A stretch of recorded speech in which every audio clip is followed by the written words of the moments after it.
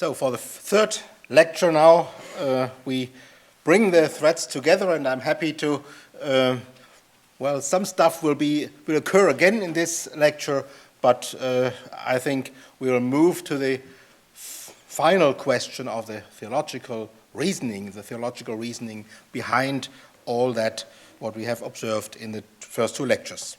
As has been shown in the previous two lectures, the fourth gospel is deeply shaped by its remarkably high Christology, depicting the earthly Jesus, the incarnate one, not only as a human but already as a divine being. John utilizes the historical tradition available to him from Mark and from his community traditions in a remarkably free manner, by replotting and re-narrating traditional episodes and even fictionally reimagining new episodes, such as the foot washing I mentioned as an example. From these observations, the question arises, how could the author feel so free toward the traditions he had received, or how could he be so careless in terms of historical accuracy? Even if some of his techniques may be in accordance with the habit of ancient historiographers, the uniqueness of this gospel provides a challenge for our modern desire to get historical facts, not fiction, particularly in a book which has become part of the Bible and is therefore considered to be even more truthful. The numerous attempts at defending John's value as a historical source aptly illustrate the persistence of this underlying desire in a large number of readers and interpreters. But, as we also have seen, the actual procedure of the evangelist does not support such a view. In some places, the evangelist integrates historical traditions that are, even in our critical perspective, valuable, adding important aspects to our knowledge of the historical Jesus, but he doesn't make anything of it.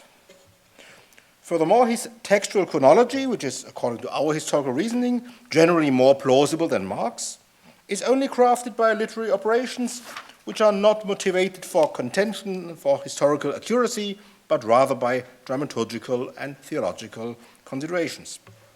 So, how does the author legitimate his enormous liberty with regard to history or to his traditions? How does he explain the fact that he so strongly departs from Mark's story, changing not only the image of Jesus in general, but also his language, core terms, and message? Should he not be accused of illicit alteration, perhaps even forgery, as some modern critics have accused John of forging the image of Jesus by transforming him from a human into a divine being, or, to quote Morris Casey, from Jewish prophet to Gentile God? In my view, there is even a trace in the gospel that such debates actually existed in the Johannine communities. Evidence of this can be found in the apparent awareness that such a transformation of the narrative and discourse material about Jesus is not without problems and thus needs authorization. These problems are apparently in the background of the last Paraclete saying in John 16:13-15, where Jesus speaks about his future teaching of the Spirit. He will not speak on his own, but will speak whatever he hears, and he shall glorify me, for he shall take what is mine and disclose it to you. Partly repeated in the next verse. The rejection of the idea that the Spirit might speak of his own is significant. Even in Jesus' ministry, we find the idea that doing something on his own is rejected. Rather, he does only what he sees the Father do, or what he hears from the Father. So Jesus' acts are not performed independently, and thus illegitimately, but are authorized by the Father. Likewise, the Spirit does not teach on his own, but rather his teaching is taken from what belongs to Jesus and is therefore authorized by him. Apparently, the idea that the Spirit could speak on his own in an authorized manner was nearby and manifest, so that there was a need to explicitly reject it. As the farewell discourses are the part of the gospel in which we can most strongly see the fears, distresses, and problems of the post-Easter community, we can interpret this saying as evidence for internal discussions about the legacy of the Spirit's teaching, or rather, the teaching within the Johannine community. Against the charge that this teaching was developed on its own, or that it was therefore unauthorized and illegitimate, the saying stresses that it not only glorifies Jesus, but it also is taken from the realm of Jesus, that is an expression of the close connection with Jesus, and so authorized by him, the incarnate and exalted Lord. In general, the saying supports the theological claim of the Johannine proclamation that it is materially and formally authorized by Jesus himself, and thus provides a legitimate and truthful interpretation of Jesus, his identity, his dignity, his ministry, and history. The Johannine image of Jesus and the narrated story of Jesus are therefore considered truthful and authorized, despite the fact that the evangelist and his community are well aware that the Johannine narrative is not an accurate representation of the historical tradition, nor of the history of the earthly Jesus as it happened before the eyes of his contemporaries. The Paraclete saying is also significant because it claims that the Spirit guides the community in all truth. If the dative ente aletheia pase is the correct reading here, it implies that truth is considered to be a space within which the community can stay, or rather move, under the guidance of the Spirit.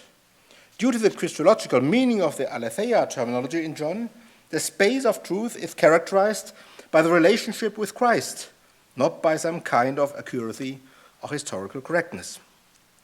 The activity of the Spirit is characterized as maintaining that close relationship between the community and the incarnate and exalted Christ. Furthermore, the Spirit's teaching, even in its remarkable freedom with respect to history and its progressive reshaping of the Jesus tradition, is considered appropriate to preserve the community in the truth. If we combine this with the second Paraclete saying from John 14:26 about the Spirit's activity of teaching and reminding the disciples of the words of Jesus, we can even get a clearer image of what the Spirit, as the real author of the Johannine proclamation, is supposed to do. His teaching comes about as he brings the story and the words of Jesus to the remembrance of the disciples. But what kind of remembrance? This could possibly be conceived of as an accurate memory that takes the form of a verbal reproduction of Jesus' words, as might be suggested from ancient cultural practice of learning by heart, an accurate and fixed tradition. But this is quite improbable that such a practice, as is well known from rabbinic Judaism and sometimes also suggested for the early synoptic tradition, is meant in the present context. The observation of the transformation in the language and style of Jesus and the traces of communal debates about the legacy of such a progressive teaching point in the opposite direction. Remembering the words of Jesus seems to be focused not on an accurate verbal representation, but rather on a process that discloses a deeper meaning about what Jesus said and thus leads to a better understanding. This is confirmed by two passages that I consider crucial for understanding the character and perspective of the fourth gospel. These are the narrative asides in John 2:21 and 12:16, where the related verb mimneskestai, not hypomimneskai, but mimneskeskai, is used. After the narration of the cleansing of the temple, the Jews demand for a sign of Jesus' legitimacy, and the temple saying that makes the Jews wonder. After the temple saying, the evangelist adds a narrative aside in John 2:21. He explains that in the saying about destroying and rebuilding the temple, Jesus actually spoke about the temple of his body, therefore communicating an insight that could be only be gained and brought to expression after Jesus' death and resurrection. In another narrative explanation, the author adds, when he was raised from the dead, his disciples remembered that he said this, and they believed the scripture and the word which Jesus had spoken. A close parallel is John 12:16.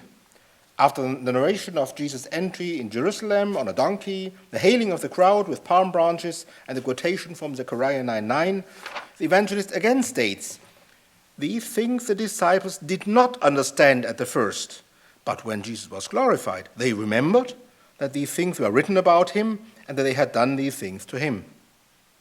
Here it's openly conceded that the disciples of the earthly Jesus did not grasp the true meaning of the act as it's narrated here, nor did they realize that the scripture was a reference to Jesus.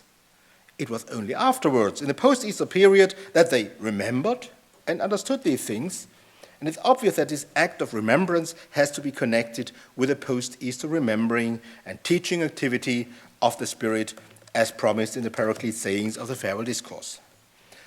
So the Spirit is considered the real author of the disciples' true understanding in the post-Easter period, and even the real author of the image of Jesus as is presented in the fourth Gospel. Other passages in John point to the lack of understanding during the time of Jesus' ministry. The saying about the streams of living water coming out of his body, John 7:37-8, is explained as a reference to the Spirit which had not yet been given at the time, but was only bestowed after his glorification. In the foot-washing scene, Peter in particular is guilty of misunderstandings, but his misunderstandings point to a future understanding of Jesus' symbolic act thereafter. These small asides in the Gospel are significant because they explain the true meaning of dark elements. They also provide us with a possibility of understanding the Jesus history from a retrospective point of view, or more precisely, from a perspective that incorporates knowledge about his death, resurrection, and the teaching of the Spirit. Therefore, these narrative asides not only indicate the temporal perspective and location of the Johannine narrator, but also express the claim that a truthful understanding of Jesus' ministry and of his words only became possible in the light of his death and resurrection, or rather, with the Christological insights that the community had been granted in the post-Easter period. In the time before the post-Easter period, knowledge about the true meaning of Jesus' ministry is limited to Jesus himself, and to some extent the prophetic figure of John the Baptist, and to the ideal figure of the beloved disciple. But his real flesh and blood disciples do not grasp that meaning. Even on the Easter day, Peter still lacks understanding. Only his ideal follower gains the true understanding of the risen one, the beloved disciple. These textual observations cannot be explained as a polemical aim to disqualify Peter or other disciples or the respective groups or the great church.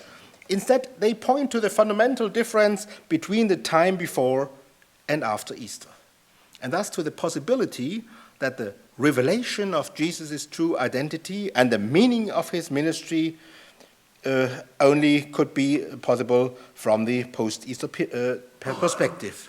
The narrator's voice points readers to the true understanding of Jesus' acts and words, and thus the narrative design of the gospel leads them to the truth that is hidden to physical eyes but revealed through the Spirit. These asides, together with the Paraclete sayings already mentioned, present a concept of remembering or commemoration with regard to the disciples and the Jesus story. Jesus' disciples did not understand the true meaning of his acts and sayings during the time of his earthly ministry, nor could they understand the scriptures with regard to Jesus. Such an insight was only possible when he was glorified or raised from the dead, that is, in the post-Easter period. A true understanding granted by the Spirit includes an understanding of the scriptures and their Christological meaning, and an understanding of Jesus' faith, particularly his death, his acts, his words. The evangelist is therefore well aware that access to such an understanding was only possible through the creative act of remembering in the post-Easter period, and if the Johannine tradition is to convey this type of truthful understanding of the Jesus narrative, it's quite clear that it has to differ from the mere history that only happened before the eyes of the Jesus contemporaries. It must tell differently. Therefore, the memory of the teaching of the Spirit is not meant to present an accurate representation of some historical facts of the past.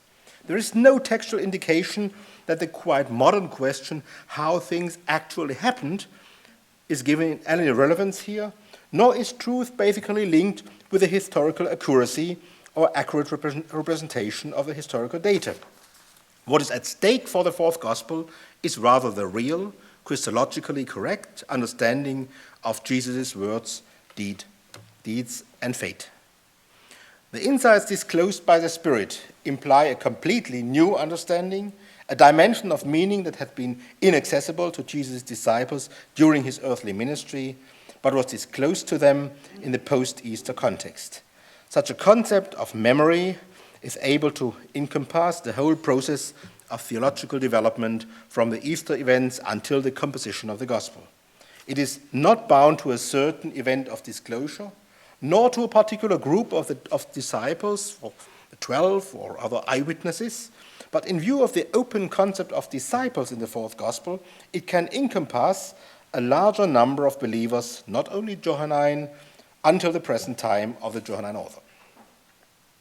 The need for such a new and true understanding is particularly obvious with regard to Jesus' death and resurrection, which could not be grasped by the disciples in the time of Jesus. And even in the post-Easter period, Jesus' departure and alleged absence continued to provide the source of trouble and distress for the community of disciples. So the farewell discourses present the lament of Jesus' disciples about his imminent departure as an image of the tribulations of the post-Easter community in view of his apparent absence. And their most prominent aim is providing the readers with a true understanding about Jesus' departure, the coming of the Spirit Paraclete, and the hope for reunion. This understanding of the real meaning and salvific implications of Jesus' life, death, and resurrection is expressed with reference to the events in Jesus' hour and to the glory bestowed on him in his glorification. These are the core terms. Consequently, when the Gospel states that in his signs Jesus revealed his glory, it actually refers not only to some miraculous deeds, but ultimately to the glory Jesus obtained in his hour. Therefore, all the Johannine miracles or sign stories are narrated in such a manner that they are always linked to the whole of Jesus' ministry, his death and resurrection, and from the very beginning, the Johannine narrative provides proleptic references to the events of death and resurrection. The truth disclosed in that context is already implied in the narrative design of the events of Jesus' ministry, in the narration of his signs, and in his discourses. From here, it's clear that the Johannine narrative is not a representation of the history of Jesus' ministry, as it could be observed by his contemporaries. It is hermeneutically important that the evangelist is aware of the fact that he does not simply tell the story of Jesus as it was transmitted by the tradition, or naively as it was. Though crafting a factual narration, he deliberately produces a text thoroughly shaped from the Christological and theological insights gained in the post-Easter period. The whole gospel is a retrospective memory of Jesus, an anamnesis of the Jesus story that is authorized by the Spirit, who is considered the real author of the gospel proclamation. It is this revelation of the Spirit which enables and justifies the author of the fourth gospel to narrate Jesus' ministry so differently with regard to its content, plot, language, and interpretation. But what and how did the Spirit teach? What are the theological interests behind John's re-narrating and replotting, or even behind his fictional reimagining of the Jesus story? Apart from the insight about Jesus' true identity, the high Christology we discussed, we can discover a number of other aspects when looking in closer detail at the manner the evangelist alters the tradition he had at hand. As we will see, the fourth gospel is not a monothematic Christological gospel, merely focused on Christology, but it's shaped by a variety of intentions and particularly focus on a truthful understanding of Jesus' death, his departure, and absence. Let me provide a number of examples to illustrate that variety. I'll begin with the opening of John's narrative. As is already present in Mark's Gospel, John begins his narrative by presenting the figure of John the Baptist, who has already been introduced in two short passages of the prologue and is now presented as a figure the readers are supposed to know. So it's even more striking that the image of the baptizer markedly differs from the synoptic image of a prophet of doom, practicing an immersion rite, providing forgiveness of sins, and criticizing the lifestyle of the people as well as his ruler, Herod Antipas. Historically, this image is basically confirmed by Josephus. We find a basic historical confirmation of this image and also information about the political atmosphere that sheds light and sheds insight into why John's message led to his imprisonment and death. In John, however, all those aspects are omitted. His prophetic clothing and diet, his involvement in politics, his harsh preaching, and even the meaning of his baptism are left unmentioned. Although it's said that John baptized in water, the water is not explained, but only juxtaposed with the spirit in which Jesus will baptize himself. John's most striking omission is Jesus' baptism, yet the language of John 1:33 surely presupposes knowledge about the scene in which the Spirit came down on Jesus like a dove. The baptizer is characterized as a voice in the wilderness, a prophet, but only with regard to Jesus. He does not testify about imminent judgment, nor does he accuse anyone of unjust conduct. He only testifies to Jesus, while at the same time denying any possible eschatological claims of contemporary Judaism with regard to himself. He pragmatically admits his inferiority to Jesus, and he delimits his function solely to the task of making Jesus known in Israel. Jesus is the one who is still unknown, who will come after John, even though he is prior to him. Jesus is proclaimed as the one to whom the Spirit descended and remained, who baptizes not in water, but in the Spirit. In this testimony, the units from Mark 1 are reused in the same sequence, but are characteristically changed. To this sequence, John adds only one new testimony, the saying about the Lamb of God and the soteriological function of Jesus. In his last scene, John's voice in John 3, John's voice becomes indistinguishable from the voice of Jesus himself. In the end, he is merely his master's voice. But what can be the reason for such a total alteration of the synoptic image of John the Baptist, especially if the evangelist knew the synoptic tradition? Since the early 19th century, scholars have explained this from an assumed rivalry between the Johannine community and the baptizer community that was considered to be still active, probably even in Ephesus. But there is no clear evidence of such relevant baptizer groups in the late first century in the context of the Johannine communities. The argument from the baptizer passages in the prologue cannot bear the proof, and conjecturing from late Mandaean texts that focus on the baptizer is historically invalid. Moreover, the simple argument that Jesus is the Messiah, not the baptizer, would not require such a thoroughgoing re-narration of John's image. In my view, it is more plausible to understand this complete reshaping of the core figure at the beginning of Jesus' ministry as a result of the long struggle with problematic elements in the early tradition, rather than by a conflict story or by polemics. The idea that Jesus and some of his disciples were originally part of the baptizers' movement, and that Jesus had undergone a baptism of forgiveness of sins, had to become increasingly problematic with the growth of the Jesus movement. Those traditions, including the tradition about Jesus' baptism, could suggest that the baptizer was actually the superior figure, the mystagogue who had initiated Jesus. Or it could suggest that Jesus had been sinful and was therefore in need of undergoing John's baptism. The latter is conceded in a saying from the Jewish Christian Gospel of the Hebrews, according to which Jesus and his family might have committed unknown sins. It's remarkable that all three synoptic Gospels try to distance Jesus from John. Mark introduces a chronological gap between John's and Jesus' ministry. Luke also assigns the baptizer to a previous period of the law and the prophets. And Matthew even brings up the problem that John should actually have been baptized by Jesus. In this line, the fourth evangelist arrives at the most radical changes in comparison with the earlier tradition. He omits the historically valid information about the rough preaching of the baptizer, as well as the elements of doom and judgment, instead makes John a mere witness or almost a first disciple of Jesus. He also omits everything that could let the baptizer appear greater or even comparable to Jesus, even the act of Jesus' baptism. Somewhat inconsistently, he retains a splinter of information about Jesus baptizing and also about an early rivalry between John's and Jesus' followers, but the tradition and the idea of rivalry is disarmed by John's repeated testimony of inferiority as a friend of the groom and as the one who has to decline where the other has to increase.